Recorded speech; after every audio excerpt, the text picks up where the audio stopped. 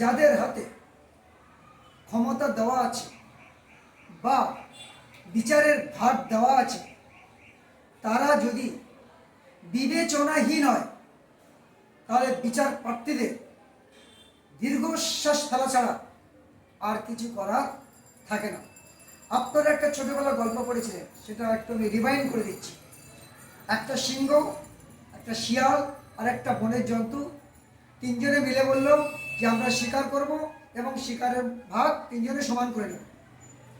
বলে বনে থেকে বনে ঘুরতে লাগলো। অবশেষে একটা বড় হরিণ শিকার করল। এখন প্রশ্ন হলো, কে ভাগটা করবে? সিংহ বলল যে আমি বনের রাজা, সুতরাং তোমাদের হেডেক নেওয়ার দরকার নেই। I will distribute it properly into 3 equal parts. তিনটে সমান ভাগে আমি ভাগ করে দেবো, চিন্তা করতে হবে না। তারা ভাবলো এই তো রাজা। কিন্তু কিছুক্ষণ পরে দে রিয়েলাইজড দ্য লায়ন্স মোটিভ, সিংহের মোটিভটা তারা বুঝতে পারলো। সিংহ তিনটে ভাগ করলো, করার পরে সিংহ আবার বলল যে প্রথম ভাগটা যিনি বনের রাজা তার অনারের জন্য এটা, আর দ্বিতীয় ভাগটা যেই সময় নষ্ট করে এই শিকার ধরেছে তার পারিশ্রমিক মূল্য, অর্থাৎ লেবার কস্টের জন্য, আর তৃতীয় ভাগটা যার ক্ষমতা থাকবে এটা ছিনে নিতে পারবে সেই পাবে।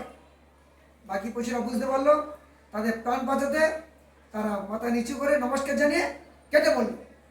আমরা দেখেছি বাস্তবে যে দেশ খুব পাওয়ারফুল, দুর্বল দেশের উপরে অজুহাত তৈরি করে গিয়ে মেরে আসছে। দুর্বল দেশে সেটা দাঁড়িয়ে দাঁড়িয়ে হজম করতে হচ্ছে।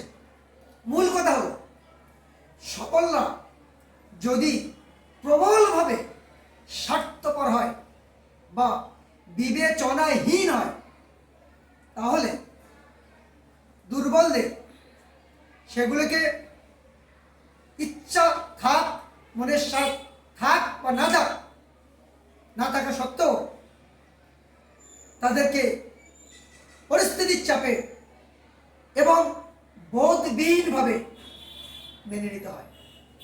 এটাই বাস্তব। আমি স্বদেশ রঞ্জন বণিক, দেবনাথ থেকে আপনাদের সবাইকে শুভেচ্ছা ও শুভকামনা জানাই।